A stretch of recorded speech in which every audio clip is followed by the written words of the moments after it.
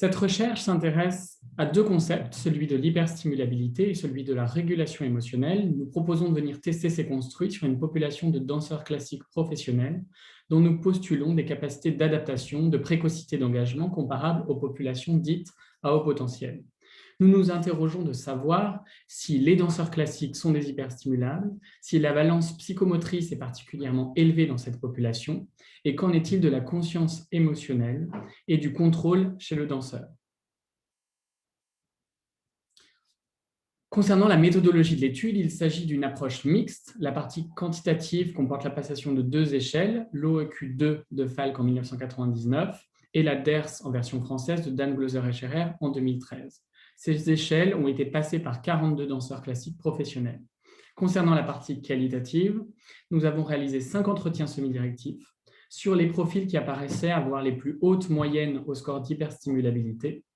Et il s'agissait d'appréhender avec plus de nuances les problématiques révélées par l'approche quantitative et recueillir le ressenti des danseurs sur l'exercice de leur art et leur façon de la vivre. Pour la partie quantitative, les résultats indiquent que l'hyperstimulabilité est caractéristique dans cette population, avec des scores équivalents à se retrouver dans des études utilisant le questionnaire qui travaillent avec des populations à haut potentiel. De manière spécifique, on retrouve que la valence psychomotrice de l'hyperstimulabilité est la plus discriminante, et ce, au regard, peu importe le genre des participants, danseurs et danseuses ont un besoin d'activation corporelle. Par ailleurs, on retrouve que les danseurs ont une bonne conscience émotionnelle, mais que les danseuses développent plus de comportements déviants liés à l'impulsivité et à la perte de contrôle. Pour la partie qualitative, les résultats montrent que s'éprouver corporellement apparaît pour les participants comme une échappatoire. Tous relatent que la dépense psychomotrice prévalait à leur investissement dans la danse et que celle-ci est venue les contenir à un jeune âge.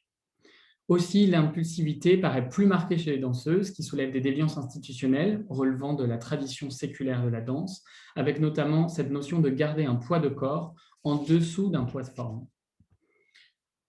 Pour conclure, on peut retrouver un intérêt à rapprocher une population douée d'un talent, ici la danse, avec les profils à haut potentiel, notamment sur la valence de l'hyperstimulabilité émotionnelle, imaginative et sensorielle. L'étude permet d'appréhender les paradoxes inhérents à l'activité de la danse en termes de maturité, infantilisation, sens artistique, sportivité, ce qui fait ressortir certains profils comme ayant une forte hyper-adaptabilité à leur environnement. Enfin, il apparaît une nécessité d'affilier les jeunes danseurs aux dispositifs déjà mis en place par le ministère des Sports pour déceler, accompagner des potentielles difficultés psychiques ou psychopathologiques en réalisant des examens, des bilans psychologiques annuels.